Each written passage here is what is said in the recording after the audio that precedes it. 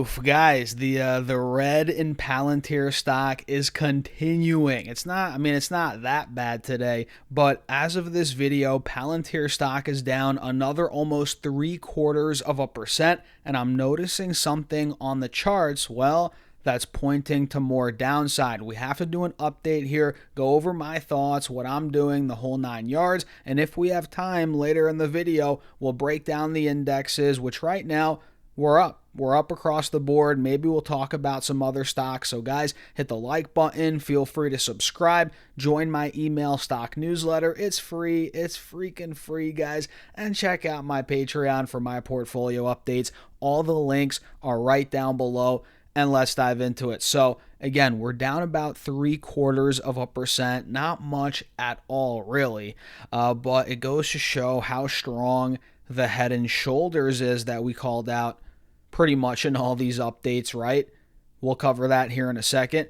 And it goes to show, because look, this morning we hit $158 in the pre-market. We failed to break out of there, really. We retested it at open. We opened up at about 157.80, failed to break back over 158, and now all day we've been struggling, in the high 150s. Now we're back essentially in the mid 150s. And as I pull the layers back here, check it out, guys. It's pretty obvious on the 1 hour chart. We can see right here, we have a death cross, right? We're back under these moving averages, which we momentarily broke above them yesterday morning. But now we're back under these moving averages. And yes, we are still maintaining support in the mid-high, or not even mid-high, low-mid, really, 150s. We're still maintaining support there.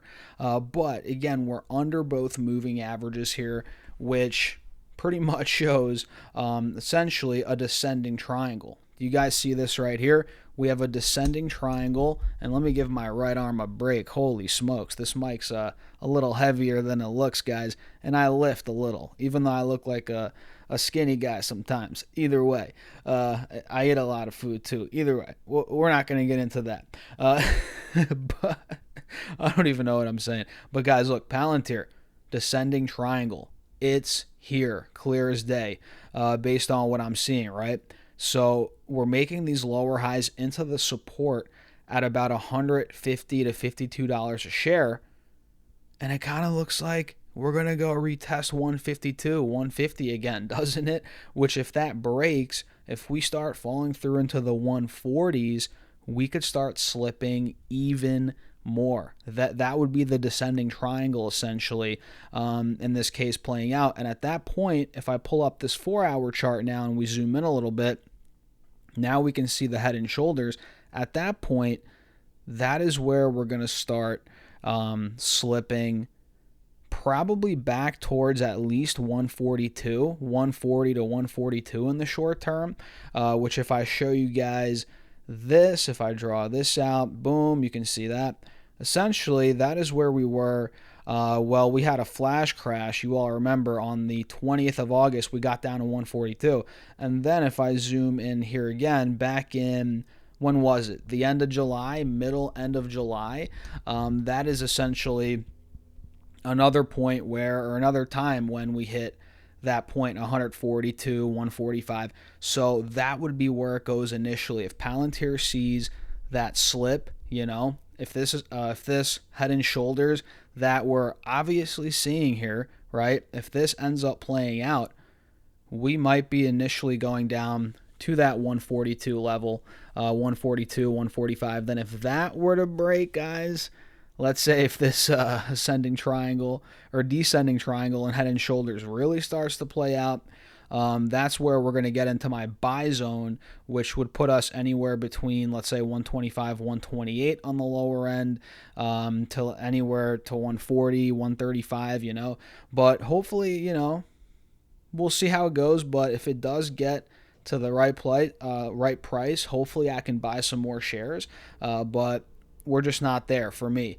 And at the end of the day, man, you guys know how Palantir goes. Even though we have this head and shoulders, we get one good piece of news out of them, it all goes out the window. And at the end of the day, if I clear the drawing set here, maybe get rid of this price alert for now, at the end of the day, we're still maintaining trend. Look at that trend line that I just drew. I mean, yeah, we have that head and shoulders, but we're still maintaining the uptrend here. And yeah, we do have a death cross on the 4-hour time frame. I'm not loving that, but clearly we're putting in a pretty strong support right now at 152. We've held that the last week at this point.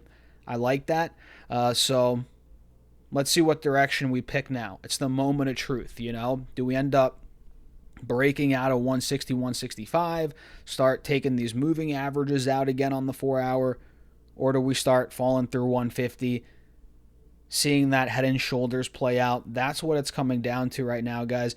And if we look at this, we kind of have a wedge as well. Let me draw this out a little nicer for you all. We kind of have, I mean, we do, right? You see it right here. We have a clear wedge, lower highs and higher lows being made. So there's a lot going on. A lot going on the charts here for this one. And for me, guys, I'm just holding on.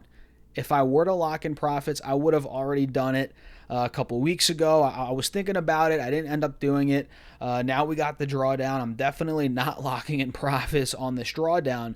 I'm just holding on, you know. And again, if it gets down to 120, under 120 for sure, I'm going to consider buying more. But for now, I'm just holding on to what I have. What do you guys think? Let me know in the comments down below. By the way, hit that like button. Make sure to subscribe. Join the email stock newsletter. It is 100% free. You guys got to get in there. There's like 4,000, 4,500 people in there. Make sure you guys join the email stock newsletter. So that's a quick breakdown here on Palantir, what's going on so far today. And in terms of other stocks, I mean, look, Roblox is moving again today. This stock just keeps on going, guys. And it looks like we also have a head and shoulders kind of on Roblox, but it looks like it's about to break out of the neckline. And my alert is set at 130. It might trigger that alert. We're up around 4%. And we also, if we zoom in right here, have a very bullish pattern. Forget the head and shoulders. Look at this on Roblox, guys. We have a cup and handle. Do you see the cup and handle? Clear as day. Cup, handle. If we start pushing 128, 130 plus, this could really start to go. And we're already starting to break out of these moving averages on the 4-hour chart. We're looking strong. We're looking strong on Roblox, and I'm going to wait to see if it takes 130 out. And if it does, I think this could be a nice momentum trade for sure in the short term. Let's see what else is moving here, guys. CrowdStrike, which I mentioned. This one's one that I sold at a pretty good time. You guys probably remember, especially if you're in my Patreon, you probably remember I sold at like 505 or something like that. It might have been 503. And since then, it's collapsed. I mean, this stock's gone down to about, it got down to 385. Holy smokes. And the company just reported earnings, which let's take a look at those. I forgot to cover them here, but now the stock's up over 4%.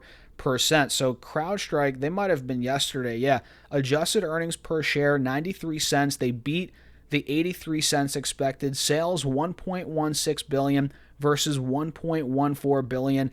So double beat for CrowdStrike, and they expect Q3 revenue to range between 1.21 to 1.22 billion dollars. Let's see here, guys. And they expect adjusted EPS to range between 93 to 95 cents. Not that bad compared, actually very good compared to the 83 cents expected. So very good guidance out of CrowdStrike, guys.